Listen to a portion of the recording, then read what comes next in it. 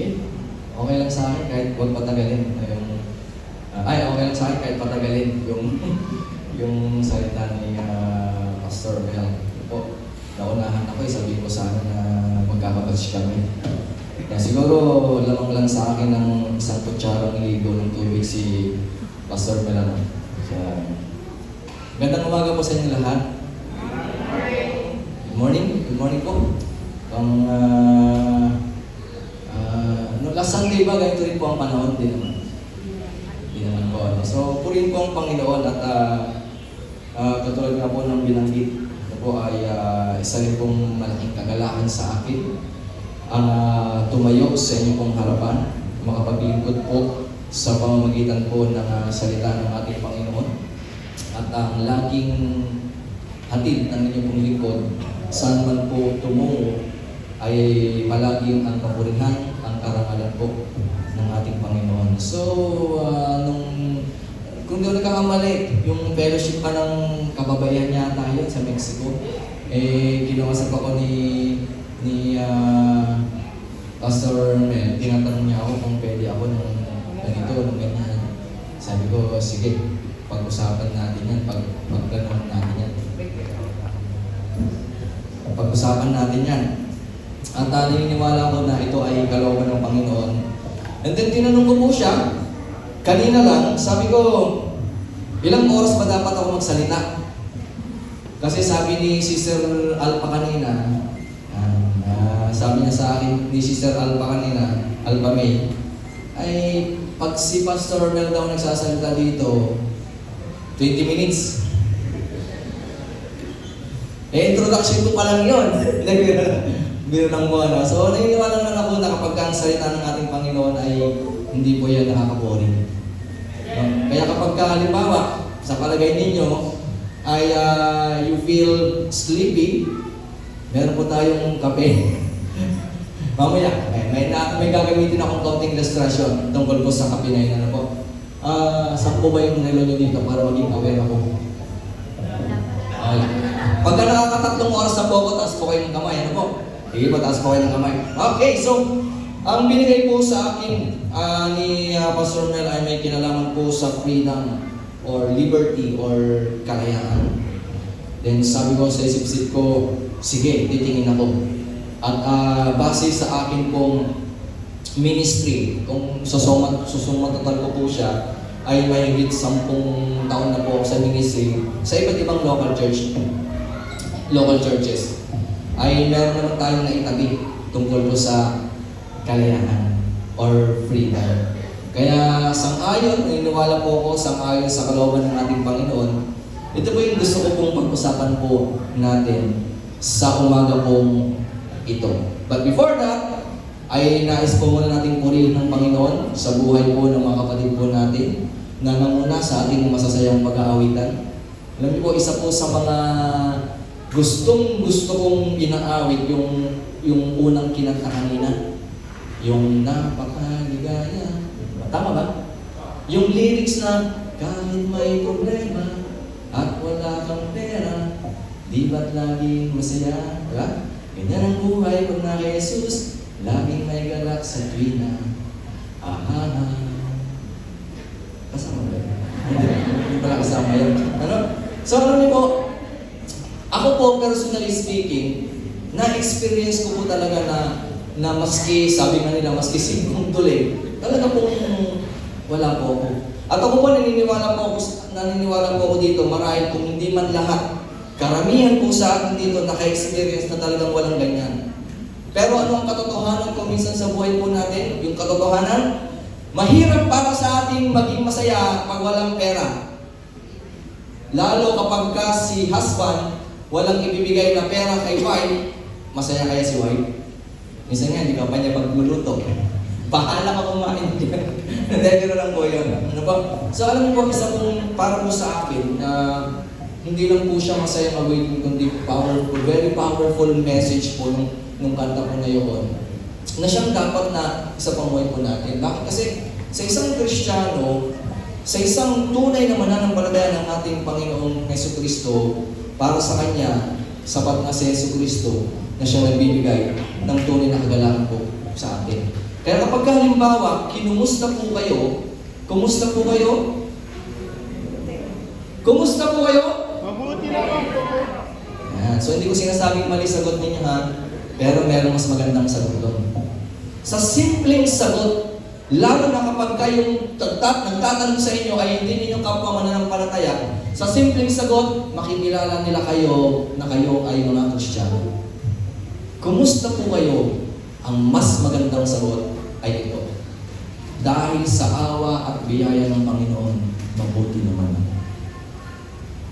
Hindi yung masasalubong mo si classmate, masasalubong mo si kumare sa palengke, masasalubong mo si kumpare kung saan man, kinumusta ka. Kumpare, may problema. Tapos kantay natin, kahit may problema at wala kang pera. Pati na, doon may problema, mare. Wala kang pera, baka pwede naman. Ano po?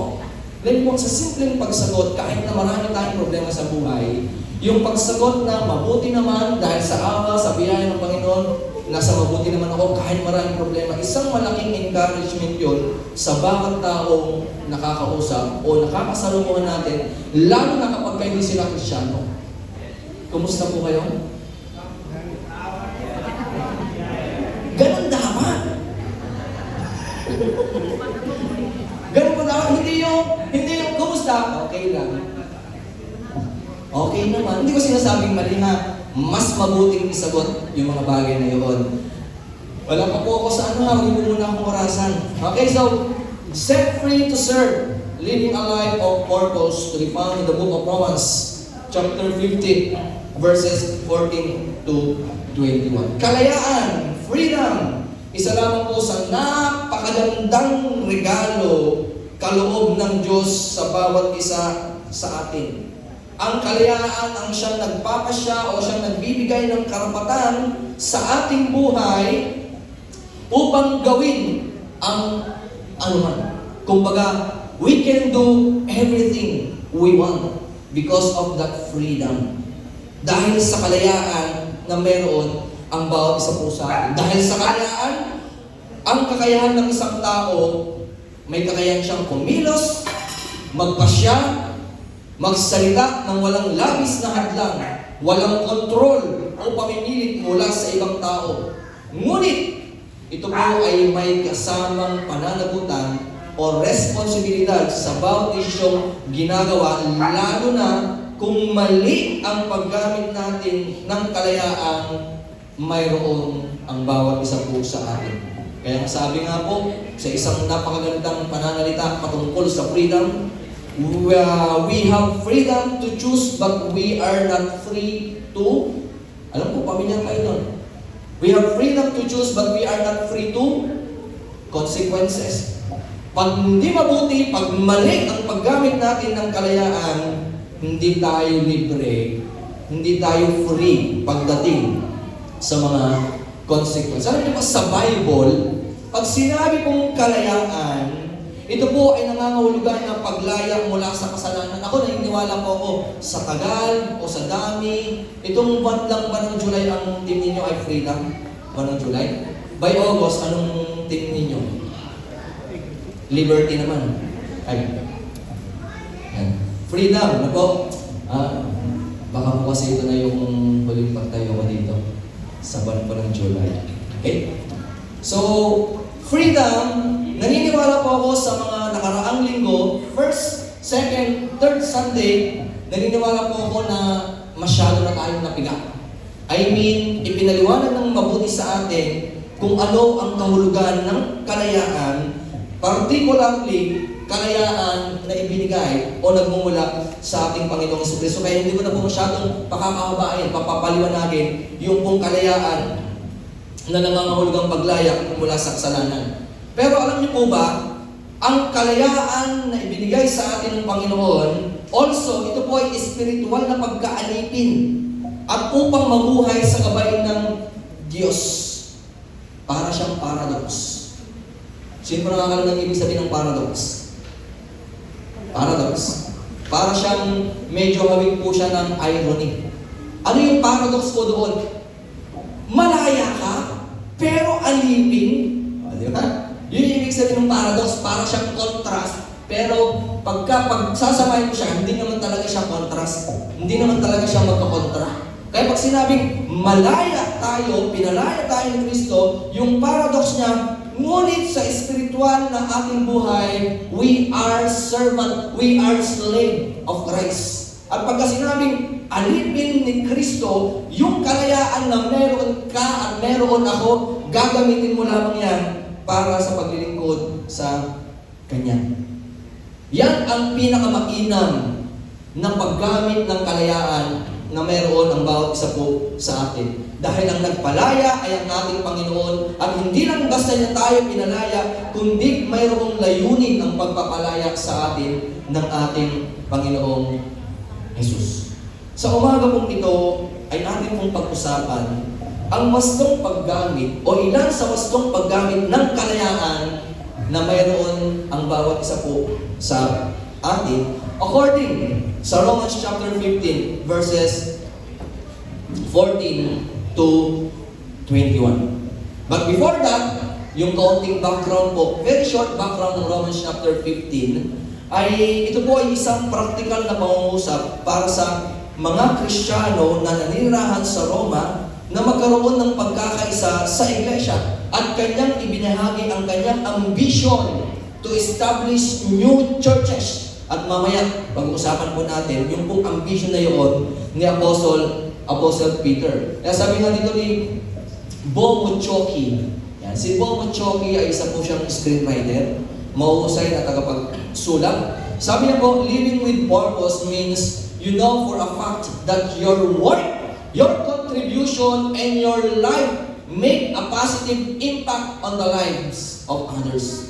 Isang magandang paraan para gamitin po natin ang kalayaan na meron ang bawat isa po sa atin ay yung isang maging mabuti, maging positibong impact sa mga taong nakakahalubilo, nakakausap, nakakasama po natin sa pang-araw-araw po nating pamumuhay. At napakahalaga po na tayo ay namumuhay na mayroong layunin sa buhay. At maunawaan po natin ang katotohanan na sa mga ginagawa natin ay may epekto ito sa ating kapwa. Mabuti man o masama yung gagawin po natin gamit ang kalayaan na meron tayo. Kaya syempre po, bilang Kristiyano, piliin natin ang gumawa ng mabuti dahil malaking epekto ito sa kanila. Ngayon, pag-usapan po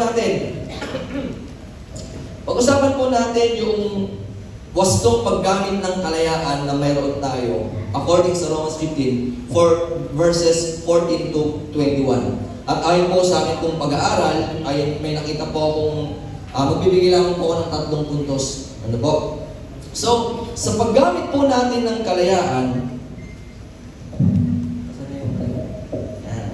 una, we must follow instructions and reminders. We must. Hindi ko ginamit ng should. Pagka sinabi kasing must, wala ka ng choice. Kaya it is a must. Kailangan gawin po natin ito. Ang problema kung minsan sa maraming mga Kristiyano, sana wala dito nun. Ang problema kung minsan sa maraming mga matatandang Kristiyano, hindi na sila nakikinig ng mga alituntunin o paalala ng mas nakakabata sa kanila.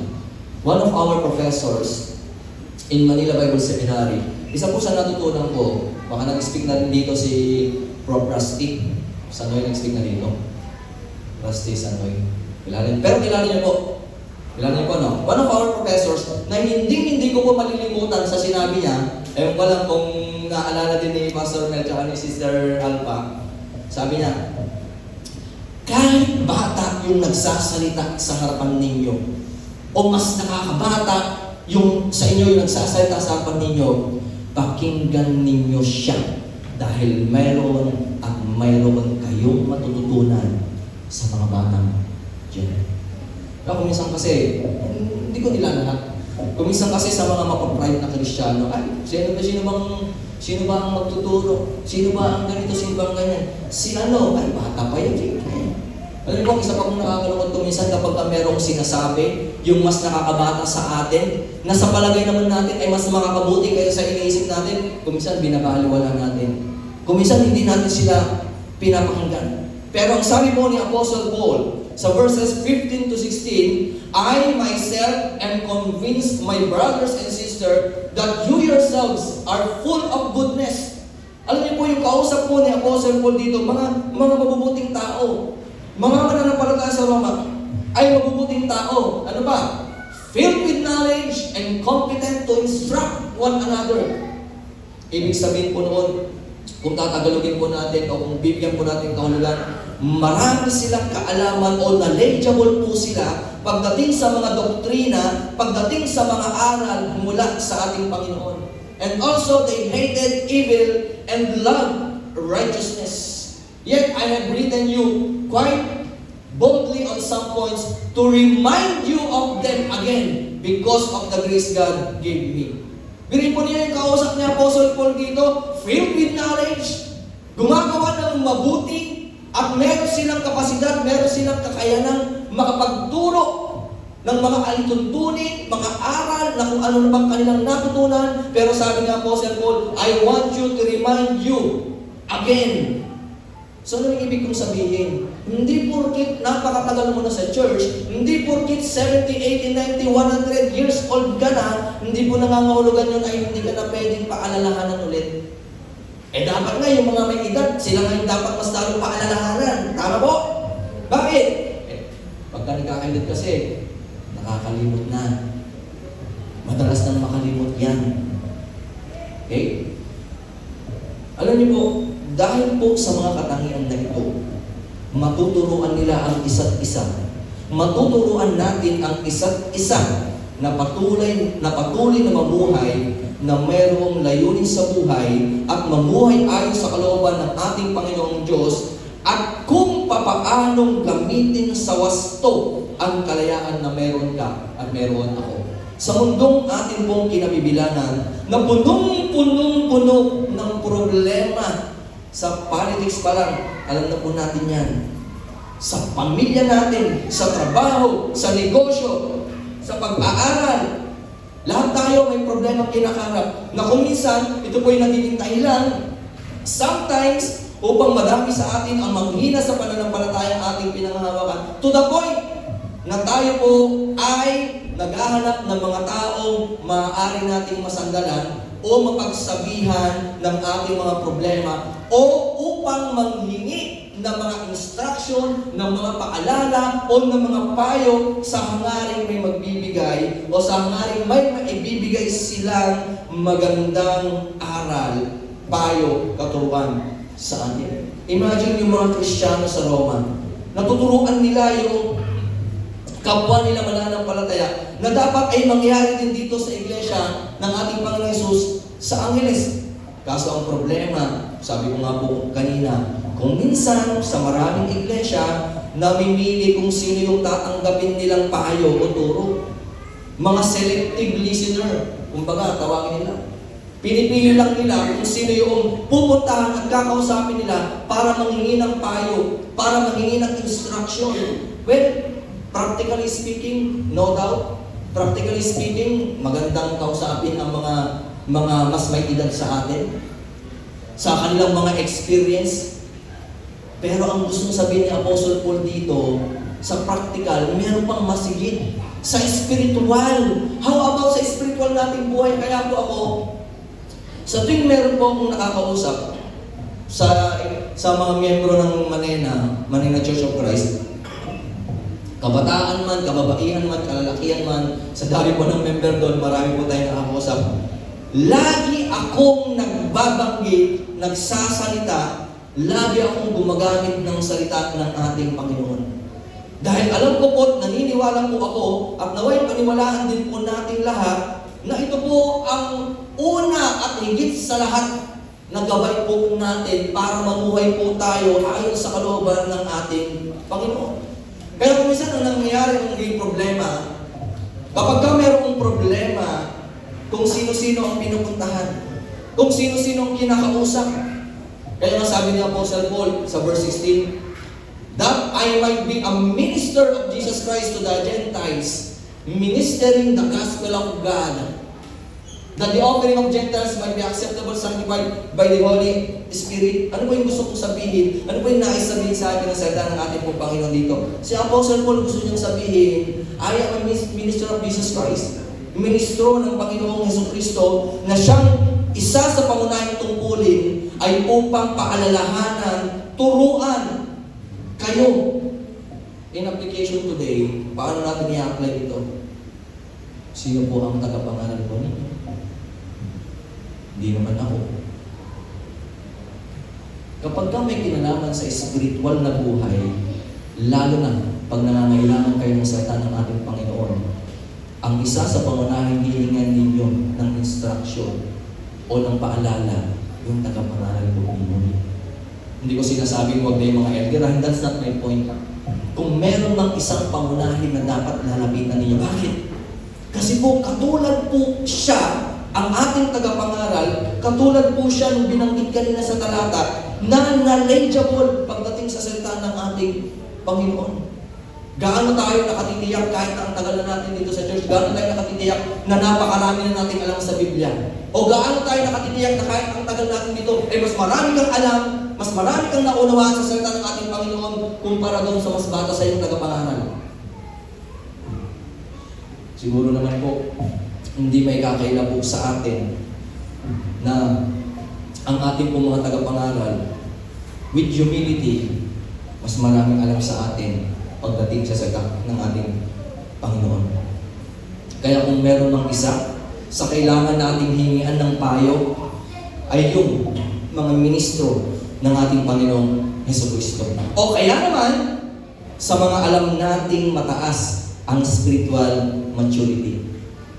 Alam niyo po, pag sinabing spiritual maturity, nakatim po kasi ako doon about church growth o spiritual growth, spiritual maturity. Ang introduction ko po sa ano nung first Sunday ng July, hindi basehan ang tagal mo sa church, hindi basehan ang edad mo para sabihin natin na you are spiritually mature than yung mas makakabata sa iyo. Hindi po yan ang patayan ng Biblia. Ang patayan ng Biblia kung paano ka nabago, kung paano ka binago ng ating Panginoong Jesus. Okay? Now, ito po yun. Ang ginagawa ng maraming tao, and even some Christian na nakakalungkot, even sa maraming Kristiyano, hihingi ng advice pag may problema, idinadaan saan? SM. Social media. Kala nyo, ano ha? May SM ba sa akin? Malapit lang dito. Parang, ayan po. Gusto nyo bang... Sige, wag na lang. SM. Social media. Diba? Ha? Minsan nga, may nagtanong sa akin. Ito ha, may nagtanong sa akin. Politics. Politics. Kung meron lang, tabi-tabi po, nagtanong sa akin. Nag-focus siya ng mga pabor siya kay ganito, against siya kay ganito. Simple lang ang sagot ko. Okay lang ba yun? Masama ba yun? Bawal ba yun? Simple lang ang sagot ko. Ang sagot ko lang sa kanya, kung nakaka-glorify kay Lord yung bagay na yun, gawin mo. Pero kung hindi, huwag mong gawin. Kaya sa tuwing tayo po ay nag-focus sa social media, make it sure na nag-glorify ang ating Panginoon. Colossians 3:23, Colossians 3:17, 1 Corinthians 10:31. Lahat anuman ang ating gagawin, mapapurihan natin ang ating Panginoon. Ito, sabi po ng isang unknown author, kung may pinagdadaanan tayo, huwag natin indahan sa social media. Kaysa sa mag-emote sa mga social media, ibigay natin lahat sa Diyos at aaliwin niya tayo. Humingi ng payo sa mga taong may tunay at malalim na relasyon sa Diyos. Pag nag-post ka sa social media, nakakainis si ganito, magbayad na ng utang si ganito, hindi pa nagbabayad ng utang si ganito. Sa bakit? Minsan kapag mo pa taga-pangaral. Focus tungkol sa utang-utang, kaya napakala kung sino yun. Hindi ba sa ako, hindi ako yun. Di ba? Ano ba yung purpose po natin? Well, sabi nila, ilagay natin sa labas, sa mundo, sa sanlibutan, para maunawaan natin. Hindi. Yun lang kasi yung parang nila, parang may ilabas nila yung sama ng loob nila. Ha? Kristiyano ka, diyan mo ba dapat ilabas yung sama ng loob mo? Sino matampuhin dito? Siyempre, nakakaya magtaas ng kamay. Ako lang. Minsan may nagtanong sa akin, tatampo ka ba? Sabi ko sa kanila, ano ba para sa inyo? Ano bang ibig sabihin ng tampo? Di ba pag sinabi ng tatampo, hindi mo siya papansinin, hindi mo siya kakausapin. Tama? Tama ba, di ba? Tapos sabi ko nila, ginagawa ko ba sa inyo? Hindi. Pero minsan, second Sunday ng July, sinabi ko to sa Manila Church, first and second service. Alam niyo, sabi ko sa kanila, alam niyo po ako, nagtatampo ako.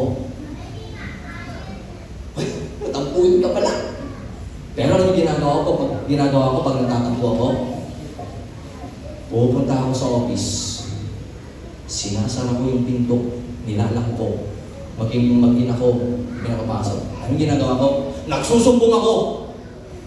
Nagsusumbong ako sa Lord. Pag sinumbong ko sa Lord, ano as I experience, try nyo rin, baka maranasan nyo rin. Pag nagsusumbong ako kay Lord, as I imagine, ganito ko siya na-imagine. Nakayuko ako, nalulungkot ako, sinasabi, Lord, ba't ganito si ganito? Ba't ganito si ganyan? Ba't ganun sila? Ganyan. Ini-imagine ko, sabi ng Lord sa akin, ninakabay niya ako, ano ka ba? Gaya mo lang, nandito lang ako. Ako bahala sa'yo. Basta ibigay mo lang sa akin lahat yan, ako na bahala sa'yo. And then kapag kayong tampo ko na yun, isinumbong ko na kay Lord, maniwala na kayo sa hindi. Pagkaharap ko na yung taong kinatatampuan ko, nawawala yung tampo ko yun. Kinakamayan ko, niningidaan ko, kinakausap ko, walang anumang hurt feeling na mayroon ako. Pero kapag sa iba mo sinumbong, madadagdagan yung magtatampo sa kinatatampuan mo. Yan naman kasi kuminsan ng ugali ng tao eh. Bakit siya nagtatampo kay ganito? Bakit siya nagsasabi, nagsusumbong? Kasi ang gusto niya, yung pinagsusumbungan niya, gusto niya, kung ano yung nararamdaman niya kay ganito dahil sa nagtatampo siya, ganun din dapat yung gusto niyang maramdaman. Kaya doon po papasok yung salitang, hindi lang po ito applicable sa airport, yung illegal recruiter. Kaya maraming illegal recruiter kuminsan sa church. Ano yun? Nire-recruit nila, yung pag-chichismisan nila, yung kapwa nila dahil may tampo, para magtampo ka rin yun, illegal recruiter tawag doon. Kaya huwag kang maging illegal recruiter. Pakisabi mo sa katabi, huwag kang maging illegal recruiter. Yan. No. Pero always remember, 18-8 ba yun ang kawikaan pag yung nagkakamali? Always remember ha, ang sabi ng Bible sa mababaw na Tagalog, ang chismis ay gustong-gustong pag-usapan. Hindi ako naniniwala. Sa church dito, hindi ako naniniwala. Lalo yung mga kababayan natin, hindi ako naniniwala ang chismosa sila. Amen po? Ayan. Parang lalaki yung nag-amen ah. Ano ba? Okay, so, humingi ng payo sa mga tao may tunay at malalim na relasyon sa Diyos. Bakit? Dahil sila po ang kasasangkapan ng Diyos upang turuan tayo kung paano mamuhay ng mayroong layunin sa buhay gamit ang kalayaan at kinakailangan tumanggap po tayo ng alituntunin, mga alituntunin at mga paalala po sa atin. Sabi nga po ni Jeff Shirley, all Christians need to be reminded of the truths that we already know because we can easily reject or neglect them in this world in which we live. Gaano po ito katotoo? Gaano po ito katotoo? Totoo. Sample. Ano po yung title ng message dito last Sunday?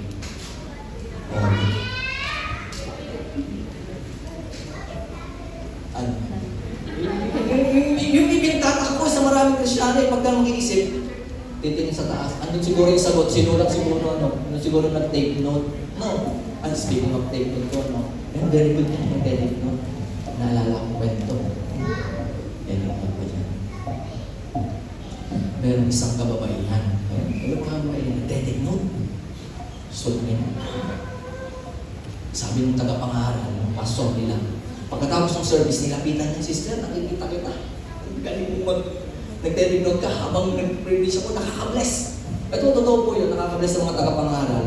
Kapag kami nakikita sila mga kapatid na nagte-take note, anumang edad na meron ka. Kaya niniwala ko, Pastor Mel, pag nag-preach dito, nakita kayo nagte-take note, isang malaking blessing na po yun sa kanya. Isang malaking blessing na po yun sa amin. Okay? So, pinutan yung tagapangaral, sister, pwede mo makita yung take note ko. Pagtingin, 1 kilong ampalaya. Mamamiliki pala eh. Ako pala nag-preach pala si Pastor. Yung mamamiliki pala. Ano? Kaya, Pastor Mel ha, makicheck yung mga tinetik note nila ha. Baka kung ano mo yan. Okay, so, tandaan po natin to. Even the best of churches still needs reminders and instruction. Kung may kilala kayong mahusay, best churches, kung meron man, still they need reminders and instruction. Ganon din po sa bawat isa po sa atin. Gaano ka man ka-gifted, gaano ka man kaalam sa salita ng ating Panginoon, gaano ka man ka-experiencado, but you still need reminders and instruction.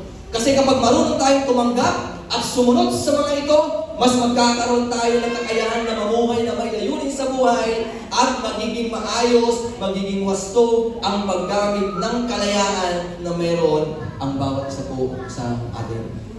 Pangalawa, nahilig na po kayo? Kape muna kayo. Kape muna kayo. Pangalawa, sa paggamit ng ating kalayaan, we must proclaim what Christ has accomplished. Kung atin pong pagmamasdan ang buhay po, naging buhay po ni Apostle Paul, sadyang kahangahangang talaga. Alam mo po, isa po sa hinahangaan pong Bible character. Di ba, siyempre, liban sa ating Panginoong Jesus. Sa mga tao, sa mga alagad, lingkod ng ating Panginoong Jesus, ng ating Diyos. Isa po sa hinahangaan po, si Apostle Paul. Mapagpakumbaba ni Apostle Paul. Ang dami niyang alam sa kasulatan. Dating Pariseo, tapos mayamang tao, pero ano ginawa po niya? Isinuko niya lahat yun. Anong sabi ng sa daan papuntang Damascus? Anong sabi? Saulo, Saulo, bakit mo ako pinabayaan? Tama? Hindi po. Inuusi. Ito lang yung sumasagot. Ibig sabihin, alam niyo po pag may sumasagot, ibig sabihin nakikinig. Saulo, Saulo, bakit mo ako inuusik? Alam niyo, ang isang magandang lesson na natutunan ko kay Pablo. Yung Saulo, sumisimbolo ng pagiging makasalanang tao. Yung Pablo, sumisimbolo ng binago ng Diyos na buhay ng may kabanalan, sang-ayon sa kalooban ng Panginoon, ginamit ng kalayaan sa paglilingkod sa Diyos. Kaya dapat maging Pablo ang bawat isa po sa atin. Sabi ng 17:18, therefore, isa po sa napakagandang nung mineditate ko po ito, isa po sa mga magandang talata na talagang nakaka-bless. Therefore, I glory in Christ Jesus in my service to God. I will not venture to speak of anything except what Christ has accomplished through me in leading the Gentiles to obey God by what I have said and done. So, Apostle Paul acknowledged that he was proud of his work for God. Ipinagmamalaki niya ang kanyang paglilingkod sa Diyos. Ibig sabihin po doon, ang Diyos ang nag-glorify. Ang Diyos ang naitataas. Yung ginawa ni Kristo, yung ibinibida niya, sa tuwing meron siyang kausap, sa tuwing meron siyang pinagkukwentuhan. Ikaw kapatid, pagka may kakwentuhan ka, sino ang palaging bida? Ikaw? Siya? Huwag natin pag-usapan ng mga bida. Sino ang palaging kontrabida? Ang chinichismis mo, kontrabida yun. Diba? Pero ang ibang Kristiyano, yung iba, lingkod pa ng Diyos. Yung iba, sometimes, marami sa atin dito, guilty. May ginawa ako. Ano bang tawag natin dito? Nalimutan ko tawag eh. Ano bang tawag? Dito, yung fundraising ninyo. May specific na tawag dyan eh. Ito po, ito po. Carpooling? Hindi po, yung pong may tawag dyan eh. Chart? Meron pa, meron pa. Meron pa, meron pa. Aba, yan. Sample lang ha. Although di ko naman kilala, hindi ko na ito tinanong kahit kanino sa inyo. Sample lang ito, sample lang. Ito po. Marami po sa atin ay katulad ng ganito. Maraming beauty sa atin sa ganito. Oo, hindi tayo sa akin, wala yan. Galing nun. Yes! Indirectly speaking, hindi natin sinasabi na ako yung gumawa niyan, pero kapag ka lagi mong sinasabi, lagi mong binibita, na kung hindi ganito, ganyan. Kaya lang nagtataka ako, pang-aircon ba o pang-speaker? Tapos na Dalawa! Sorry lang. Kasi aircon project, kasi may speaker sa baba. Ayos, maganda po yan. Ako, suporta po. Saludo po ako sa mga ganyan may mga proyekto po, no? sa church. So, ano po yung ibig ko pong sabihin sa bawat isa po sa atin? Ito po yun. Sabi po kilala niyo po si Michael McRae? Hindi pa. Ako rin, hindi ko rin kilala siya. Isa po siyang singer ng Boyz II Men. Sabi niya, many people are very proud of what they accomplish and they want to tell the world about it. Many people, tabi-tabi po. Many people want their name on certificates and diplomas and other pieces of paper hanging on a wall or in a place where it's visible to others. Ano po sa Manila? Ewan ko dito, wala akong napapansin eh. Ewan ko lang po sa mga pahipahi po ninyo. No? Sa Manila, uso po yung pagka nag-graduate ka, cum laude, mag-cum laude, summa cum laude. May mas mataas pa ba sa summa cum laude? Wala na. Sumama sa... Yun. Perfect laude. Okay, so, ano po yun? Nakalaki silang may mga tarpaulin. Alagay. Yung picture nilang balik. Meron uso ba dito yun? Hindi masyado. Ito ha, ganun ha, ayaw niyo muna akong magsalita.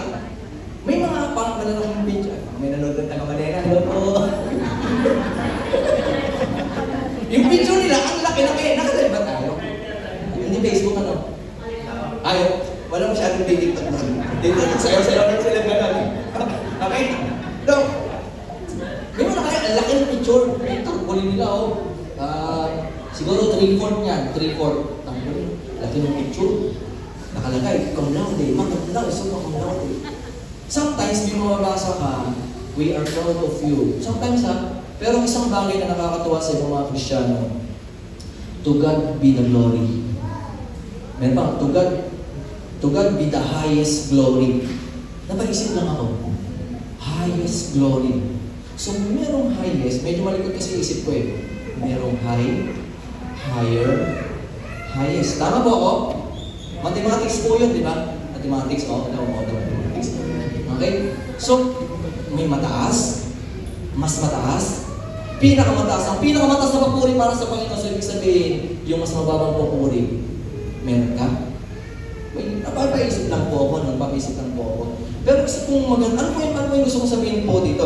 Ito po ha, for clarification, hindi po masama yun. Hindi ko po pinagbabawal, kaya maganda na po yun. Hindi po masama ito, pero dapat maging proud din tayo sa pagiging Kristiyano po natin. Pero dapat maging proud din tayo dahil kabilang tayo sa Church of Christ ng ating Panginoong Jesus. Pero dapat proud tayo na na isa kang Kristiyano, na isa kang anak ng Diyos. Pero dapat proud tayo o ibinibida natin palagi yung ginawa ng Diyos sa buhay ng bawat isa po sa atin. Pero kung ang layunin mo lamang ay para makanyag, para makilala ng mga taong gano'ng kakahusay, gano'ng kakagaling, at klineng mo yung glory mo na yun, doon papasok ang kasalanan. Doon papasok ang hindi wastong pag-ugali ng isang Kristiyano pagdating sa glory. Alam niyo po, ang isa po sa dahilan kung bakit kakaunti ang Church of Christ sa buong Pilipinas, isa lang po sa mga kadahilanan ito.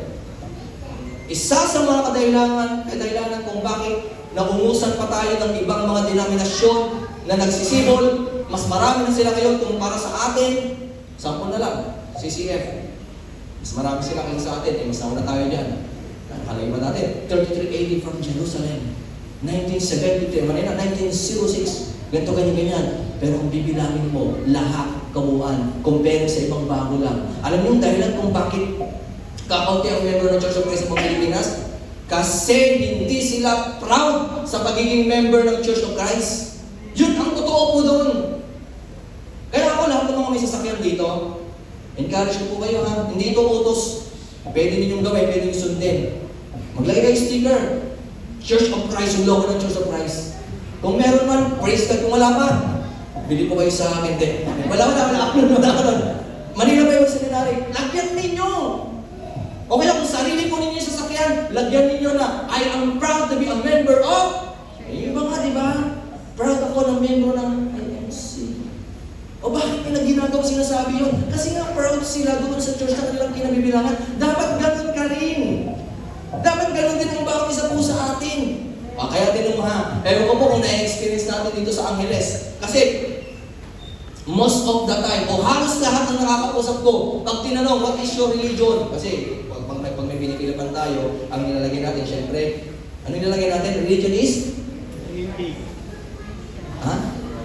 Alam niyo po, technically speaking, mali yung Church of Christ. Ang correct, Christianity. Pag sinabi kasi religion, Christianity, Islam, Buddhism, Judaism. Pag sinabing denomination, Christianity, under ng Christianity, denomination, Church of Christ, Baptist, mga ganyan, sila ito nagsisilatan. Pero dahil nasanay tayo, what is your religion? Lagyan natin, Church of Christ. Pagka tinanong ka, what is your religion? Sabi natin, Church of Christ, may follow-up question sila. Alam niyo yung follow-up question nila? Ano yun? Sino naka-experience ko? Totoo. Ano yun? Sasabihin nila, para ba siyang born again? Ako na, pag may sumagot na tanong na gano'n, hindi.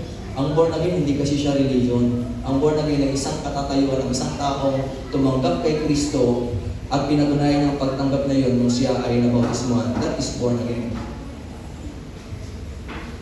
Alam niyo po kung bakit?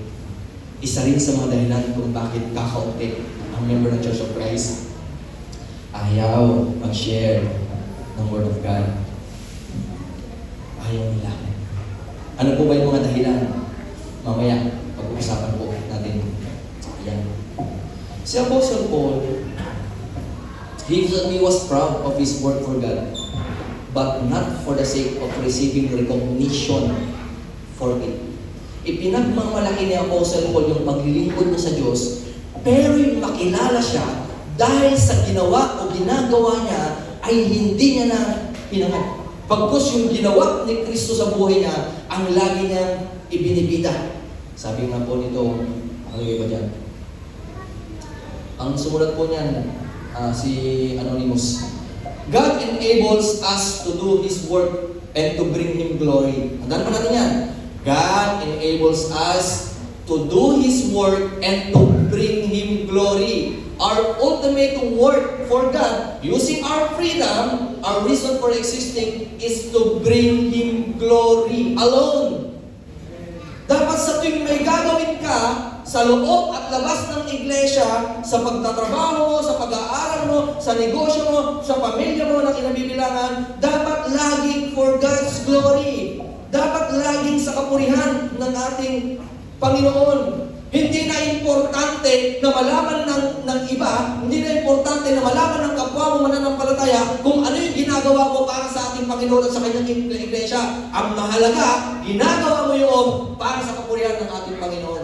Sample, bakit ka nagbibigay sa Panginoon? Bakit ka nagkakaloob? Tithes, offering, bakit ka nagbibigay ng offering sa Panginoon? Para pagpalain ako. Sa tingin nyo, tamang prinsipyo yun. Mali! Bakit ka nagbibigay sa Panginoon? Para mapapurihan ko siya. Kasi yung blessing, automatic nang ibibigay ng Panginoon sa iyo. Huwag mong hangarin na pagpalain ka ng Panginoon, kaya ka magbibigay para pagpalain ka ng Panginoon. Ang hangarin mo, sa tuwing magbibigay ka, sa tuwing tutugtog ka, sa tuwing may gagawin ka dito, mapapurihan ng Panginoon. Ang Diyos ang napapurihan, automatic yung blessing, bibigyan niya sa iyo. Yun po yun. Kaya, ito lang, sinasabi ko rin po ito sa Manila, matagal na, hindi ko malam kung kailan yun. Kaya naman pumunta dito, hindi para pagpalain ng Panginoon. Pumunta ka dito kasi you are already blessed by God. Kaya bago ka palang pumunta dito, pinagpala ka na ng Panginoon. Anong gusto mo?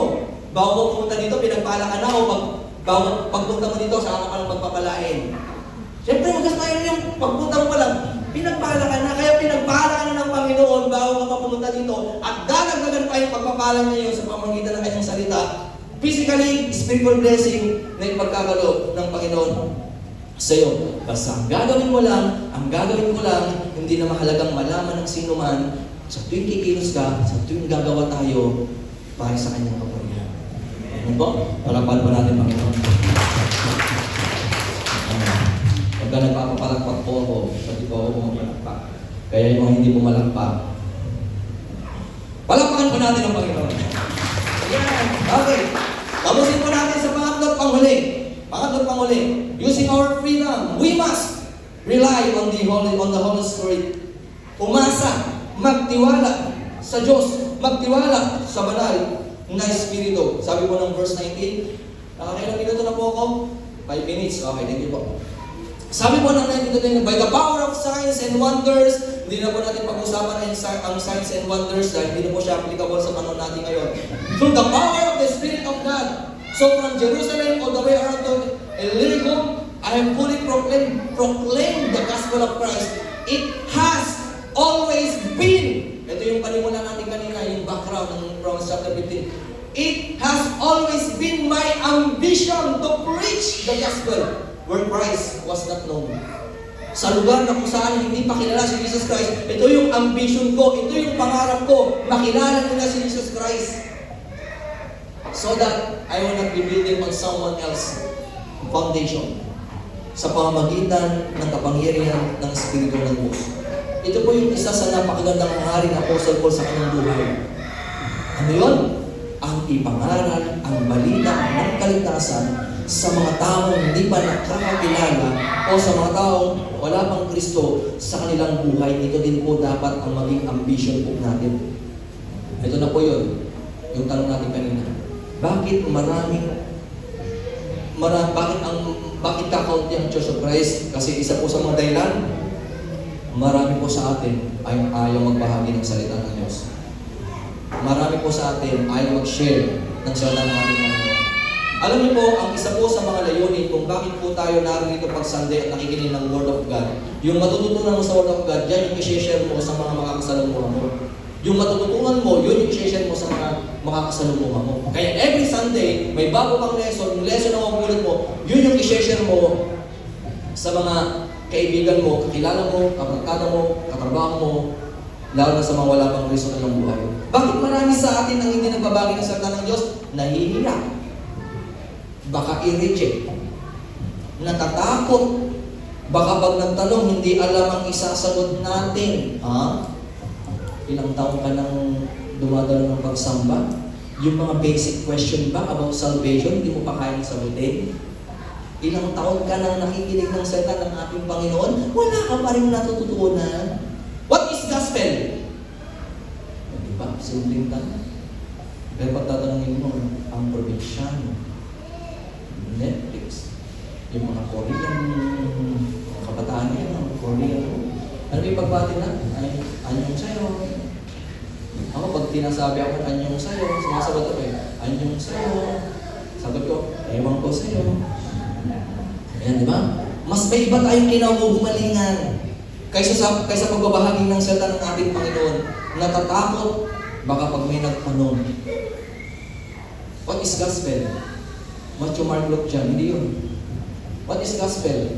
Anong ibig sabihin ng magandang balita, mabuting balita? Hindi naman kasi tumayo ng study kasi nagtatanong yan, no? Ay pag tinanong what is gospel, lamang kay Jesus Christ lang yun. Paano namuhay si Jesus Christ? Namatay siya, muling nabuhay. That is gospel.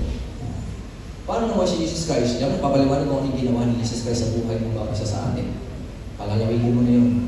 Then siya'y namatay, alang-alang sa ating kasalanan, at para magkaroon ng katibayan, kaluhusan, ang kaligtasan na matatagpuan natin kay Jesus Christ, kinakailangan ng mabuhay na maguli sa ikatlong araw. May mga reference yan tungkol sa baptism, Romans chapter 6, o basa po natin. That is gospel. Sa tagal mo dito sa church, hindi mo pa alam paano mag-share ng gospel. Nakakingat tayo sa ating Panginoon. Ito ang pinakamatindi. Bakit marami sa atin ang hindi nagbabahagi ng salita ng Diyos? Kasi hindi nakikita ang pagbabago sa buhay nila. Baka pagtatanong, halimbawa lang, nag-survey si Pastor Mel. Halimbawa lang, nag-survey si Pastor Melchor Laksaman sa school, college, high school, college. May high school po dito. College, high school. Halimbawa lang nag-survey siya, may kausap siya ng classmate mo. Ang tatanong sana ako, ano bang ugali meron si brother, si sister ganito, yung college? Siya? Ang sasabihin kaya nila, ano po yun? Alam niyo po, sa tuwing nagsasama kami, lagi ako nire-remind yung tungkol sa salita ng ating Panginoon. Alam niyo po, pag nakakain kami, kahit simpleng merienda lang, sasabihin sa akin na, hindi ka muna dito, pwede muna tayo kahit short lang. Kapag nakita niyo may problema ako, kasama niya ako, akabayan niya ako, yayakapin niya ako, tapos pag-pray-pray niya ako. Yung kaya sasabihin lang, kaya naman baka naman sasabihin lang, ayun ba, bulakbol yun eh. Ayun ba, wala na ibang ginawa yung kundi yung bully. Ayun ba, alam mo, kada salita nyo na yung mura. Ginawa ng expression, so bakit nahihiyang mag-share ng gospel? Kasi nga po, ang totoo, hindi nakikita ang pagbabago sa buhay po nila. Napakaganda po ng ambisyon ni Apostle Paul. Isa sa napakagandang hangarin ng Apostle Paul ay ang ipangaral ng Ebanghelyo sa mga wala pang Kristo sa kanilang buhay. Ganon din po dapat sa atin. Kung meron ng isang dakila, magandang ambisyon na ambisyonin mo ay ipangaral ang salita ng kaligtasan na matatagpuan sa ating Panginoong Jesucristo. We can share Christ with our co-workers, with our friends, with our family. Kung meron pang pamilya dito na wala pa kay Kristo, wala pang Kristo sa kanilang buhay, i-share mo ang ating Panginoong Jesucristo. We can go into our own neighborhood to do that. Na baka naman meron pa sa kanila hanggang ngayon ay hindi pa kilala si Kristo. Hindi. Trabaho ng mga pastor yan. Nung nagsalita si Jesus Christ, bago siya umakyat, hindi niya sinabi na, mga pastor, mga ministro, mga pastor, ito ang magubili ko sa inyo, ha? Shortcutting mo lang. Ipangaral ninyo, bautismo nyo sila, etc. Hindi naman yun eh. Ang kausap ni Jesus Christ, mga alagad po niya, babae at lalaki, ang kausap ni Jesus Christ, bago po siya umakyat sa langit. At kung ikaw at ako, tinatanggap mo ang dakilang pagkatawag sa iyo ni Jesus Christ, bilang kanyang alagad, bilang kanyang disipulo, dapat wala ka ng ibang magagawa kundi sundin ito kapag tumibok ang puso mo sa Panginoon. Dapat gawin mo kung ano yung pinapagawa niya. At isa po sa universal ministry na meron ng bawat isa po sa atin na dapat ay hindi mawawala ay i-proclaim ang salita ng ating Panginoon. Dahil ikaw ang kasasakapan ng Diyos para ibahagi ang salita ng kaligtasan. Para nang sa ganon, sa verse 21, yan. Verse 29, 21, but it is written, to whom who was not announced, they shall see, and those who have not heard shall understand. Para na sa ganon, marami pang makakakilala, marami pang makakarinig, marami pang makakaunawa ng tungkol sa kaligtasan. Maraming salamat po sa tubig. Kaya ito po, iwan ko po ng tanong ng bawat isa po sa atin. Do we have the same ambition and desire that Paul had? That Apostle Paul had? Do we want to see people who have never seen or heard of Jesus Christ come to know Him? It should be our desire. It should be our desire to seek the lost and tell them about Jesus Christ. Kung meron pa po sa inyo dito yung pamilya niya na hindi mo kasama dito, kung meron pa po sa inyo dito yung pamilya niya, alam mo sa sarili mo kung wala kang Christ sa buhay, maaatin mo ba sa sarili mo kapag balik ni Jesus Christ, ikaw umaakyat ka, tapos yung anak mo mahal mo sa buhay, yung anak mo, yung asawa mo na iiwan? Alam niyo po, alam ko ang sagot ninyo, oo, yes. Mahal niyo ba ang pamilya ninyo? Sinagot ko na. Kung talagang mahal niyo ang pamilya ninyo, lalo na yung mga wala pang Kristo sa buhay, gagawin ninyo ang lahat para tanggapin nila si Kristo sa buhay. At kung meron mang pangunahin o unang ibabahagi mo ang salita ng Diyos, yung mga mahal mo sa buhay. Wala tayong dapat nagkabahala. Ang banal na Espiritu ang katulong sa atin. Ang tutulong sa atin upang may sa katuparan natin ang dakilang pagkatawag sa atin. Ang Diyos, ang banal na Espiritu, ang kasama po natin. Kaya parang kape lang yan. Kasama ang Panginoon everyday. Kaya magkape tayo palagi. Nakuha niyo ba yung kape? Hindi ko po nabasa yun, naisip ko lang po kanina. Kasi may binanggit kasi sa akin kanina, baka magtataka ka habang previous may nagkakape. Okay lang yan, may naisip ko kaibigan. Kaya magkape tayo. Araw-araw, bawal pumasok sa school, dapat lagi kang nagkakape. Bakit? Ano nga meaning nun? Dahil kasama natin ang Panginoon everyday. Kung kasama natin ang Panginoon everyday, walang dahilan para matakot ka, walang dahilan para mahiya ka, walang dahilan para hindi mo i-share ang salita ng ating Panginoon. Dahil ang sabi po ni Jude, hindi po ito ang Judas Iscariote, Jude po na kapatid ni Jesus sa laman. Isa po sa mga anak ni Jose at Maria, si Jude. Ngunit magpakatatag kayo, mga minamahal sa inyong kabalan-balan ng mananampalataya, manalangin kayo sa tulong ng Espiritu Santo. Tutulungan po tayo ng Diyos basta lumapit lang po tayo sa Kanya. Tapusin na po natin. Ito po, baka hindi na tayo magkape. Okay. Apostle Paul is a man of purpose. God gave him freedom and he used that freedom to serve the Lord. Ganda kanina, no? Yung bago tayo magsimula, pinakita ko doon. We are called to serve. We are free to serve. He used that freedom to serve the Lord and this church. And because of that service, we prove that He has lived a life with purpose. Binigyan siya ng kalayaan ng Diyos at ang kalayaan na yun ay ginamit niya sa paglilingkod sa Diyos. At sa paglilingkod niya, nasumpungan natin na He has the power of living with purpose. Katulad din po natin, matatapos na po tayo. Pigilan nyo na yung hikaw nyo. Mahihirapan tayong makamit ang living a life with purpose kung hindi tayo marunong tumanggap ng mga payo. Aral mula sa Diyos sa pamamagitan ng mga taong kinasasangkapan niya.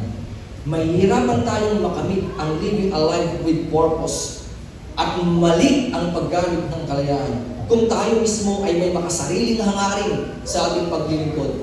Hangarin ang sarili ang may taas at paparangalan. Mahihirapan tayong makamit ang living a life with purpose, mali ang paggamit ng kalayaan kung hindi tayo aasa sa Espiritu Santo at kung aasa lang tayo sa sarili nating karunungan, sa sarili nating katalinuhan. Kaya munting hamon at paalala sa ating pong lahat tungkol sa kalayaan, gamitin natin ito to follow instructions and reminders, to proclaim what Christ has accomplished, and to rely on the Holy Spirit. Pwede mo palapakan po natin yan. Tayo po lahat ay tumayo, tayo po yung nalangin.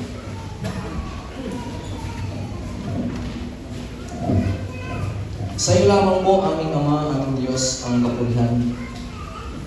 Ikaw lamang po ang aming nilulalhati, pinanangalan sa oras po na ito, sapagkat karapat-dapat naming itaas, karapat-dapat kang kapulihan ng bawat nilalang dito po sa mundong ibabaw.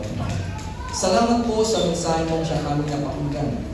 Nawa po ay hindi lang siya basta tumimo sa aming puso at isipan, bagkus may isagawa po namin sa aming pong pang-araw-araw na bumuhay na mayroong pagsisikap at may bahagi rin po namin sa mga kapatid namin sa pananampalataya na hindi namin nakasama ngayon, higit lalo sa mga kakilala po namin, sa mga kasama po namin na wala pa pong Kristo sa kanilang buhay. Salamat po sa napakagandang regalo na pinagkaloob po sa amin. Freedom. Pinalayan mo kami buhat sa pagkabilanggo sa kasalanan at sa kalayaan ngayon. Kami po ay naging alipin mo. Alipin mo pang paglingkuran ka. Alipin mo pang kapurihan ka. Patawarin mo kami, aming Diyos, sa mga pagkakataon na kami po ay nakagagawa ng kasalanan na laban sa iyong banal na kalooban. Na kung minsan sa paggamit po namin ng freedom ay Hindi na po pala ito ang nais mo. Forgive us, Father God. And may your Holy Spirit na siya pong nasa sa amin. Ang iyong banal na Espiritu nawa, aming Diyos, aming Ama. Ang siyang patuloy na pumatubay po sa amin. Ang siyang patuloy na tumulong po sa amin. Nang sa ganun po, ay may sa katuparan po namin ang dakilang utos, ang dakilang magubilin po sa bawat isa po sa amin. Ang patuloy na pagbabahagi ng iyong salita gamit ang aming kalinahan. Tulungan mo kami, banal na Espiritu. Nang sa ganun sa tuwing amin po makakasalumuhan, aming pong kapwa, lalo na po sa mga kapwa hindi mo na nampalataya, ay maayos po namin maibahagi ang iyong salita na ikaw ang napapapurihan na ang iyong kalooban ang siyang nagihayag namin. Pagpalain mo po, aming Diyos, ang iglesia dito po sa Angeles. Pagtubayan mo po sila, samahan mo po sila sa tulong at gabay ng ibang Espiritu. Bigyan mo po sila ng wisdom and knowledge sa kanilang tagapangaral, sa mga tagapanguna, sa mga opisyalis, sa mga leader ng iglesia po dito. Nang sa ganun po patuloy na maghari sa kanilang puso at isipan ang pagkakaisa, ang pag-uunawaan, maging sa iglesia ito, ang kapayapaan, ang kagalakan, higit sa lahat, ang pagmamahal. Ito po ang aming dalangin sa makapangyarihang pangalan ng iyong anak na si Jesus sa siyang aming Panginoon at Tagapagligtas.